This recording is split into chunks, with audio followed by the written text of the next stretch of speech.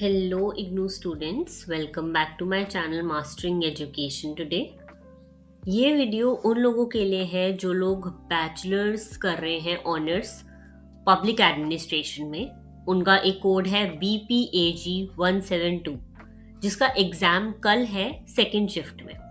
BPAG 172 governance के issues and challenges से related ये सब्जेक्ट है और जो भी लोग BA ऑनर्स कर रहे हैं पब्लिक एडमिनिस्ट्रेशन में उन लोगों का ये सब्जेक्ट है और उनका पेपर दिसंबर 2 को सेकेंड शिफ्ट में है। इस वीडियो में हम लोग बात करने वाले हैं कुछ ऐसे टॉपिक्स की जो आपके एग्जाम से रिलेटेड हैं और काफ़ी इम्पोर्टेंट हैं। अगर आप लोग लास्ट मिनट रिवीजन कर रहे हो या फिर आपने कुछ टॉपिक्स पढ़ लिए और कुछ रह गए हैं तो आप ये वीडियो देख के जा सकते हो। इसमें मैं सारे टॉपिक्स डिस्कस करूंगी जो भी इम्पोर्टेंट हैं, पिछले 10 साल के पेपर पे बेस्ड हैं। आप ये वाले टॉपिक्स पेपर के लिए ज़रूर करके जाना बिकॉज मैं कह सकती हूँ कि 80% चांसेस हैं कि ये टॉपिक्स रिपीट होकर पेपर में आ सकते हैं। तो चलो अब हम स्टार्ट करते हैं वीडियो और सबसे पहला टॉपिक है हमारा इंट्रोडक्शन टू गवर्नेंस। देखो, जब तुम्हारा सब्जेक्ट ही गवर्नेंस पे है पूरा तो ये काफ़ी इम्पोर्टेंट टॉपिक हो जाता है पेपर के हिसाब से। इंट्रोडक्शन टू गवर्नेंस वाले टॉपिक में हम पढ़ने वाले हैं कि गवर्नमेंट क्या है, क्या होता है गवर्नेंस का मीनिंग। अब मैं तुम्हें कुछ सिंपल शब्दों में बताती हूँ कि गवर्नेंस होता क्या है। गवर्नेंस का मतलब होता है वो पूरा प्रोसेस जिसके थ्रू डिसीजन लिए जाते हैं और सोसाइटी में इम्प्लीमेंट किए जाते हैं। मतलब रूल्स कैसे बनते हैं, कैसे इम्प्लीमेंट होते हैं, सर्विसेज कैसे डिलीवर होती हैं और पब्लिक को इसका बेनिफिट कैसे होता है, ये सब गवर्नेंस में आता है। ठीक है, जितने भी देखो गवर्नेंस का मतलब ये है ना कि जो चीजें हमें रूल कर रही हैं, हमारी सोसाइटी को बना रही हैं, ग्रो करने में हेल्प कर रही हैं, वो सब गवर्नेंस के अंडर आएंगी। जो ट्रेडिशनल गवर्नमेंट थी ना, जो पहले मतलब फॉलो होती है एक, वो काफी फॉर्मल है उसका स्ट्रक्चर। उसकी अथॉरिटी जो है वो लिमिटेड होती है, जैसे कि सिर्फ स्टेट गवर्नमेंट, पार्लियामेंट, डिपार्टमेंट ये सब आ जाते हैं। ये एक फॉर्मल स्ट्रक्चर है। लेकिन अब के टाइम पे गवर्नेंस का मतलब बहुत ब्रॉड हो गया है। इसमें और सारी चीजें भी आती हैं। इसमें सिविल सोसाइटी की ऑर्गेनाइजेशंस भी जो है इंक्लूडेड होती हैं। सिविल सोसाइटी की ऑर्गेनाइजेशन आ जाएंगी, जैसे कि आपके NGOs आ गए, प्राइवेट सेक्टर आ गया, सिटीजन्स आ गया, ये सब भी गवर्नेंस में इन्वॉल्व होते हैं। अब आपको पता ही है हमारे पास जैसे कि MCD होती है, ये सब होते हैं, ये सब गवर्नेंस में इंक्लूडेड होते हैं, जो कि पहले जो ट्रेडिशनल अथॉरिटी थी या ट्रेडिशनल गवर्नमेंट थी उसमें नहीं थे। तो अगर आपको क्वेश्चन आएगा कि गवर्नेंस पे या इंट्रोडक्शन टू गवर्नेंस पे या गवर्नेंस क्या होता है, कैसे होता है, ट्रेडिशनल गवर्नेंस और मॉडर्न गवर्नेंस में क्या फर्क है, तो आप ये वाला आंसर लिख सकते हो इस स्लाइड से देखकर। अब हम बात कर लेते हैं नेक्स्ट चीजों की, ये भी काफी इंपॉर्टेंट है।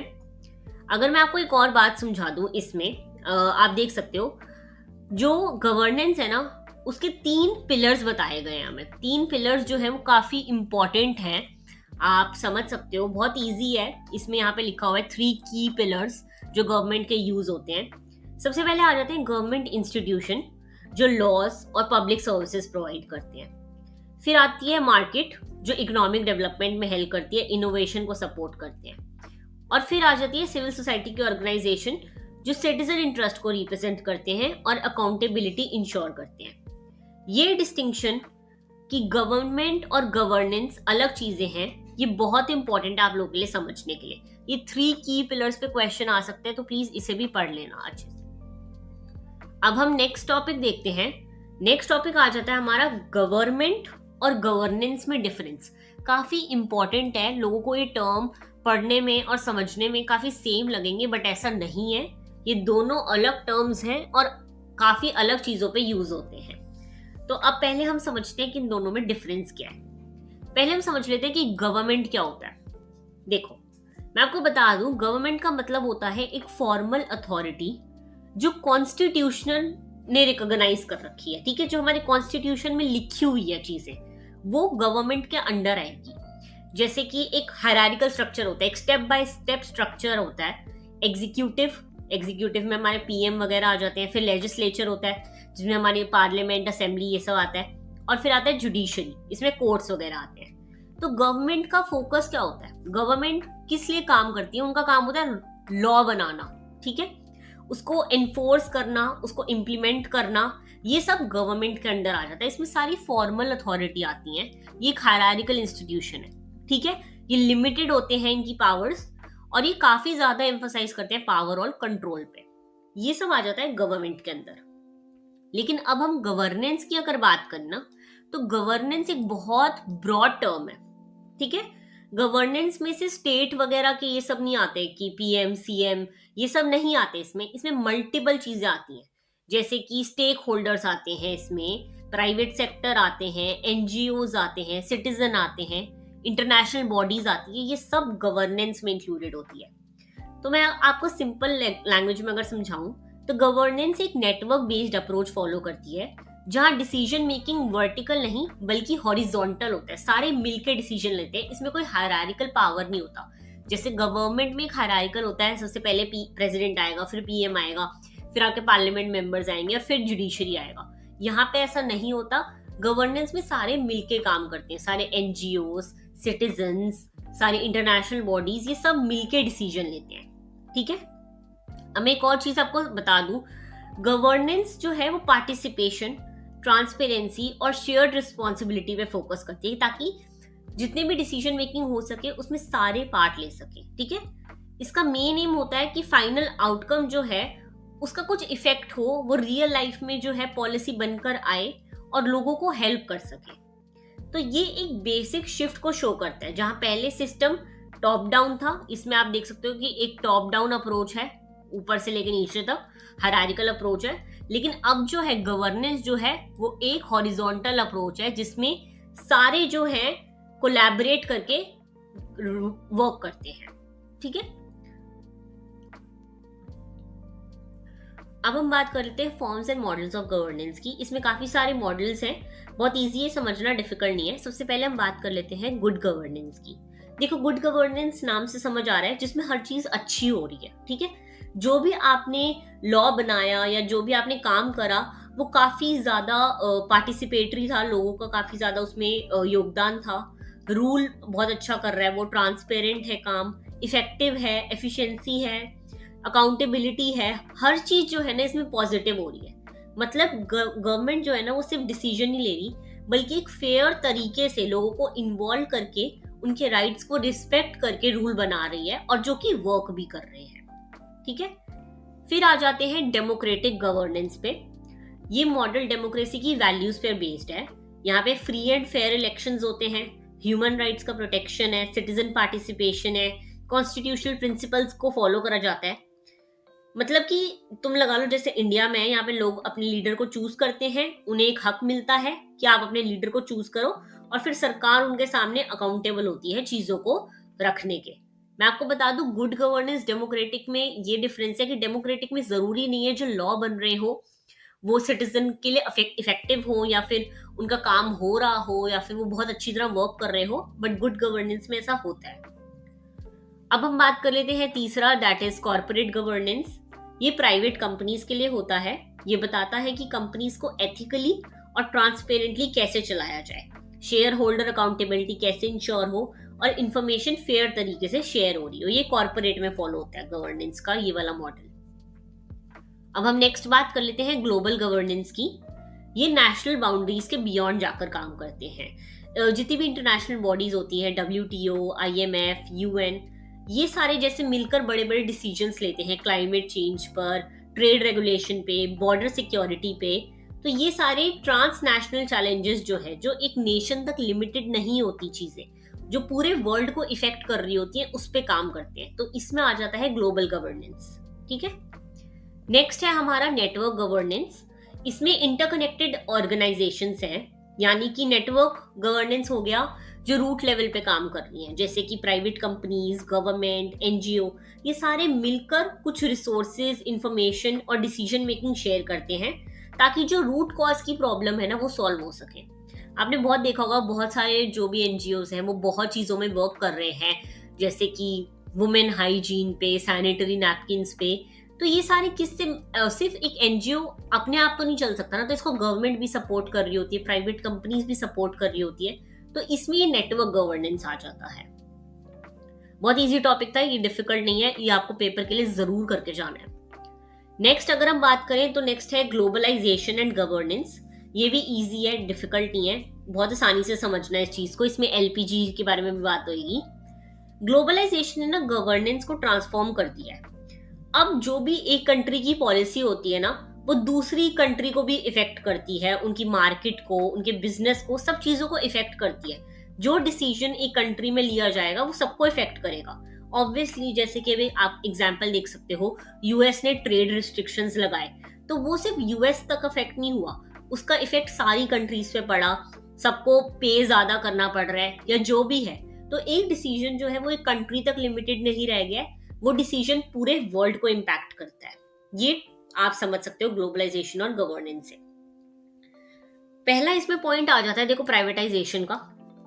इसका मतलब है कि जो स्टेट ओन्ड एंटरप्राइजेस थी, प्राइवेट सेक्टर के हाथ में देना, जिससे सरकार का डायरेक्ट कंट्रोल कम होता है।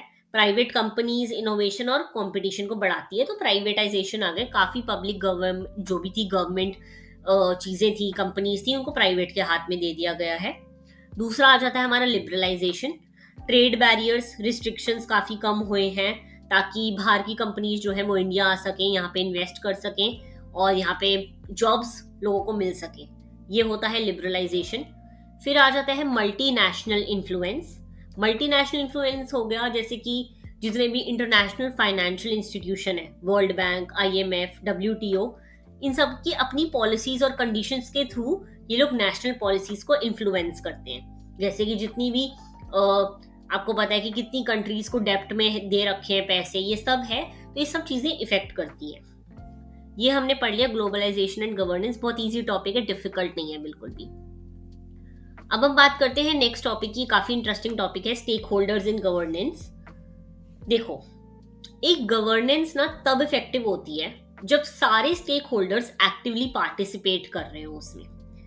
हमें जैसे कि पता है कि गवर्नमेंट लॉ बनाती है, पब्लिक सर्विसेज प्रोवाइड करती है, सिटीजन्स के राइट प्रोटेक्ट करती है, नेशनल डेवलपमेंट ऑब्जेक्टिव सेट करती है। ये तो हो गया गवर्नमेंट का काम कि उसको जो लॉ बनाना है और उसको लोगों के जो भी सर्विसेज है, उन्हें हेल्थ, एजुकेशन, ये सब प्रोवाइड करना है, उनके राइट्स को प्रोटेक्ट करना है।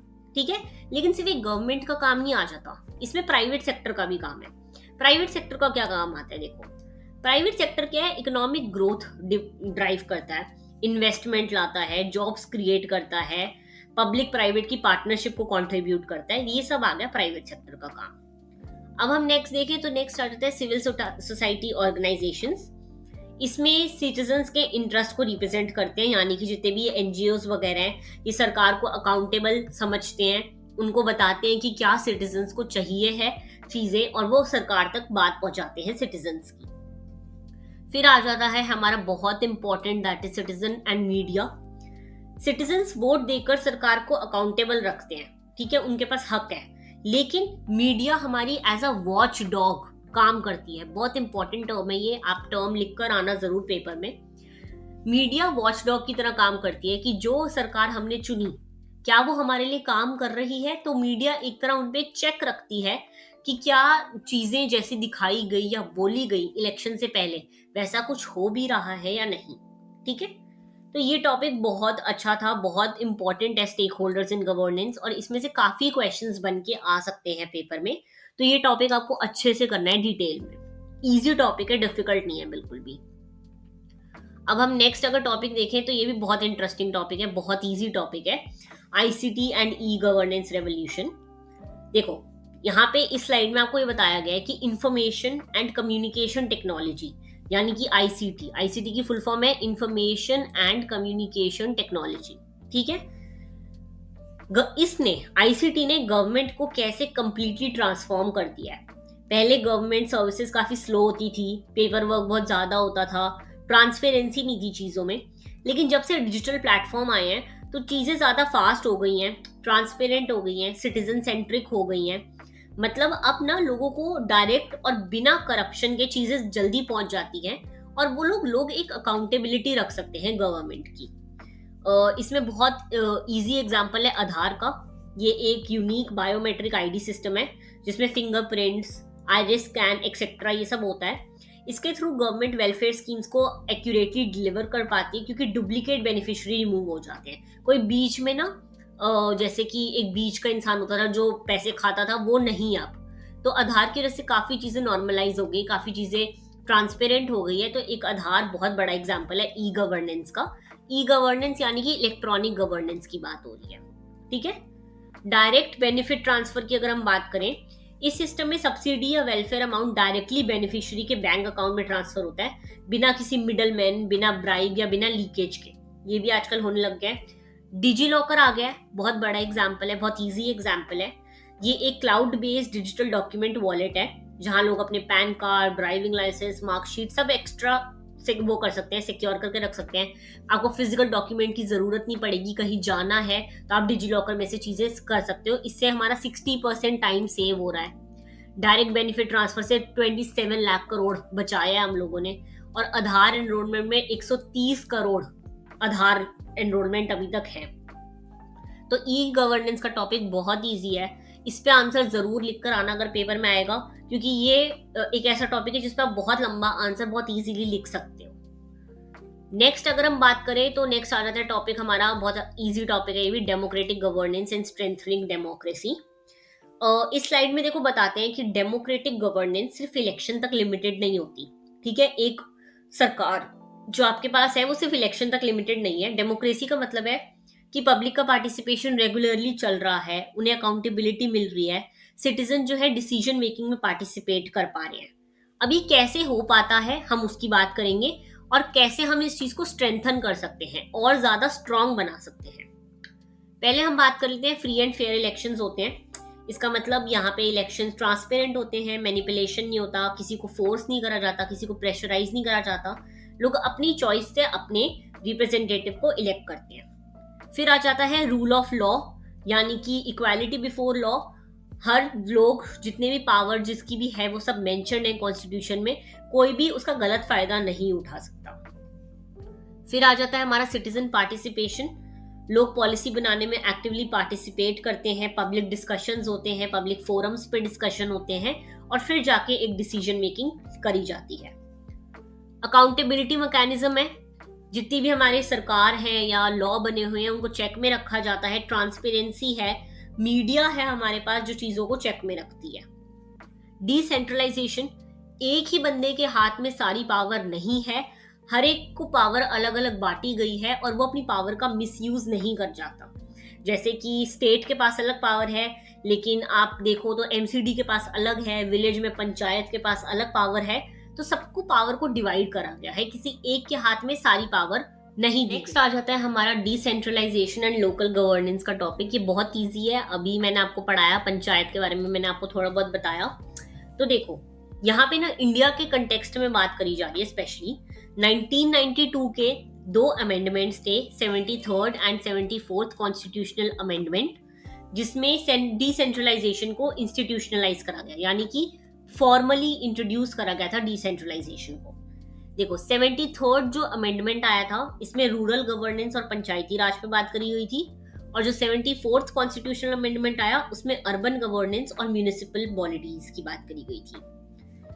अब देखें तो लोकल गवर्नमेंट को पावर और रिस्पॉन्सिबिलिटी असाइन किए गए थे। जो भी लोकल गवर्नमेंट यानी कि पंचायत और एमसीडी, इन सबको पावर वगैरह दी गई। उसमें पावर क्या आ जाती है, फंक्शंस जो हम देख रहे हैं। देखो पावर आ जाती है local economic development planning, basic services, पानी सप्लाई, सैनिटेशन, स्ट्रीट लाइट, ये सब। प्राइमरी एजुकेशन और हेल्थ केयर पे बात करी गई थी। पावर्टी एलिवेशन प्रोग्राम्स के बारे में बात करी गई है, और लोकल मार्केट रेगुलेशन, यानी कि मार्केट में क्या प्राइसेस रहेंगे उस सब पे।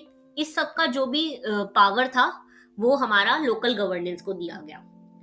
लेकिन इसके काफी चैलेंजेस भी थे, काफी प्रॉब्लम्स भी आई इसमें। एक तो प्रॉब्लम थी कि फंड नहीं थे इनके पास ज्यादा, ठीक है। इलेक्टेड रिप्रेजेंटेटिव जो उनको इतना पढ़े लिखे नहीं थे, तो उनको टेक्निकल नॉलेज नहीं थी चीजों की। स्टेट का इंटरफेरेंस काफी ज्यादा था, सिटीजन्स का रोल कम हो गया था इस चीज में, और यहाँ पे एडमिनिस्ट्रेटिव ट्रांसफर नहीं था, क्योंकि एक कोई इंस्टीट्यूशन बना नहीं ऐसा, ठीक है, सिर्फ बोल दिया गया था। लेकिन इसके चैलेंजेस होने के बावजूद भी इंडिया में 30 लाख से ज्यादा इलेक्टेड रिप्रेजेंटेटिव लोकल बॉडीज काम कर रही हैं, जो ग्रास रूट डेमोक्रेसी को सपोर्ट करती हैं। बहुत इजी टॉपिक है, बहुत अच्छा टॉपिक है, काफी क्वेश्चन आने के चांसेस हैं इसमें से। अब हम नेक्स्ट बात कर लेते हैं corporate governance and CSR। Easy topic है ये भी, हमने कॉर्पोरेट गवर्नेंस पहले पढ़ा था। कॉर्पोरेट गवर्नेंस बताते हैं कि कंपनीज एथिकल और ट्रांसपेरेंट तरीके से ऑपरेट करें, बोर्ड अकाउंटेबिलिटी रखें। अब बोर्ड अकाउंटेबिलिटी क्या होती है? बोर्ड अकाउंटेबिलिटी का मतलब है बोर्ड ऑफ डायरेक्टर जो है वो रिस्पॉन्सिबल होते हैं शेयर होल्डर के इंटरेस्ट के लिए। इंडिपेंडेंट डायरेक्टर्स और ऑडिट कमेटी इंश्योर करती है कि फाइनेंशियल ट्रांसपेरेंसी हो और कोई फ्रॉड ना हो। जैसे कि कंपनी में बोर्ड होता है पूरा, वो इंश्योर करते हैं कि चीजें सही से चलें और किसी का भी नुकसान ना हो, इतना कि उसको ज्यादा प्रॉब्लम झेलनी पड़े। नेक्स्ट आ जाती हैं एथिकल प्रैक्टिसेस। एथिकल प्रैक्टिसेस में आ जाता है कि कंपनी के अंदर कोड ऑफ कंडक्ट फॉलो होता है, विसल ब्लोअर पॉलिसी होती है, करप्शन फ्री कल्चर है। स्टेक होल्डर राइट्स की बात करें तो सबके प्रोटेक्ट करे जाते हैं राइट्स। जितने भी एम्प्लॉयज हैं, कस्टमर्स हैं, उनको एक फेयर ट्रीटमेंट मिलता है। ठीक है। अगर हम CSR की बात करें तो CSR में आ जाता है कॉर्पोरेट सोशल रिस्पॉन्सिबिलिटी। काफी इंपॉर्टेंट टॉपिक है, क्वेश्चन आ सकता है इस पर, लेकिन इजी है ये टॉपिक, ध्यान से समझना। एक ना कंपनीज एक्ट आया था 2013 में, जिसने इंडिया को एक ऐसा देश बनाया, पहला ऐसा देश बनाया जहां CSR स्पेंडिंग लीगली मैंडेटरी हो गई। यानी कि कंपनीज को अपने एवरेज नेट प्रॉफिट के 2% सोशल वेलफेयर एक्टिविटीज पर स्पेंड करना होगा। यानी कि एक कंपनी जितना भी कमा रही है प्रॉफिट, उसके 2% को ना उसको सोशल रिस्पॉन्सिबिलिटी पे स्पेंड करना पड़ेगा। और इसमें देखो 50 करोड़ नेट वर्थ थ्रेशोल्ड बोला गया था कि 50 करोड़ से आप ऊपर नहीं जाना आपको, और ऐसा 15,000 कंपनियां कर रही हैं एट प्रेजेंट। तो ये होता है कॉर्पोरेट सोशल रिस्पॉन्सिबिलिटी। अब हम नेक्स्ट टॉपिक अगर देखें तो नेक्स्ट आ जाता है accountability, transparency and sustainable governance. Easy topic है, डिफिकल्ट नहीं है, ध्यान से समझना चीजें। देखो, गुड गवर्नेंस की फाउंडेशन है अकाउंटेबिलिटी और ट्रांसपेरेंसी। अगर एक आपको गुड गवर्नेंस वाला मॉडल फॉलो करना है तो इसमें अकाउंटेबिलिटी होनी चाहिए और ट्रांसपेरेंसी होनी चाहिए। इसमें 4 चीजें बहुत इंपॉर्टेंट होती है। एक तो सिटीजन का कैरेक्टर, सिटीजन चार्टर ये डिफाइन करता है कि किसी गवर्नमेंट सर्विसेज के लिए टाइम लिमिट क्या होगी। ठीक है, यानी कि अगर कोई डिसीजन लिया गया है किसी के हक में तो कितने टाइम में वो प्रोसेस होगा, और अगर हम कोई प्रॉब्लम एड्रेस कर रहे हैं तो हमें कब तक उसका जवाब मिलना चाहिए। इसमें राइट टू इंफॉर्मेशन एक्ट आया, जिसमें आप गवर्नमेंट से कोई भी इंफॉर्मेशन डिमांड कर सकते हो, करप्शन कम होता है इससे। फिर सोशल ऑडिट आए, यानी कि सरकार जो भी पैसा जहां भी स्पेंड कर रही है उसके बारे में सब कुछ बताएगी अपने सिटीजन्स को। मीडिया विजिलेंस आया, फ्री प्रेस है हमारे यहाँ पे, 4th पिलर ऑफ डेमोक्रेसी कहा जाता है प्रेस को, क्योंकि ये चीजों को चेक में रखती है और सिटीजन्स को इन्फॉर्म रखती है जो भी चल रहा हो देश में उससे। लास्ट पार्ट आ जाता है linking governance with sustainable development. इसका मतलब देखो क्या है, यहाँ पे बात करी गई है कि जो यूनाइटेड नेशन है उसने काफी सारे सस्टेनेबल डेवलपमेंट के गोल्स स्पेसिफाई करे थे। देखा जाए तो कुछ 16 गोल्स हैं, उसमें काफी सारी चीजें बताई गई थी, peace, justice, inclusive institution, health और पावर्टी, इस सबसे रिलेटेड बात करी गई है। तो अगर हम एक गुड गवर्नेंस की बात करें ना, तो वो जो गुड गवर्नेंस होगी वो सारे जितने भी SDG गोल्स है ना वो फॉलो कर रही होगी। ये जितने भी SDG गोल्स UN ने बनाए हैं इसको फॉलो करेगी, और बिना किसी लॉन्ग टर्म पॉसिबिलिटी के या फिर बिना किसी लॉन्ग टर्म एक जवाबदेही के हमें वो चीजें फॉलो करेगी हमारी गवर्नमेंट जो गुड गवर्नेंस के अंडर होगी। अब देखो, ये टॉपिक इतने डिफिकल्ट नहीं है, मैंने सारे टॉपिक आपको थोड़ी सिंपल लैंग्वेज में समझा दिए हैं। तो आपको ये टॉपिक्स पेपर के लिए जरूर करके जाने हैं। और इसके अलावा कोई भी टॉपिक अगर आपको समझना हो तो आप नीचे कमेंट कर सकते हो, और अगर आपको ये वाली PPT चाहिए हो तो इसके लिए भी नीचे कमेंट कर देना। ये सारे ऐसे टॉपिक हैं जिसके एग्जाम में आने के बहुत चांसेस हैं, तो इनको अच्छे से करके जाना। All the very best for your exam tomorrow. अगर हो सका तो मैं एक और वीडियो डाल दूंगी जिसमें मैं सारा सिलेबस शॉर्ट में रिवाइज कर दूंगी, लेकिन तब तक के लिए ये सारे टॉपिक्स पेपर के लिए जरूर करके जाना। All the very best for your BPAG 172 exam. मिलते हैं नेक्स्ट वीडियो में। कोई भी प्रॉब्लम हो तो आप लोग नीचे मेरे से कमेंट्स में पूछ सकते हो। Thank you.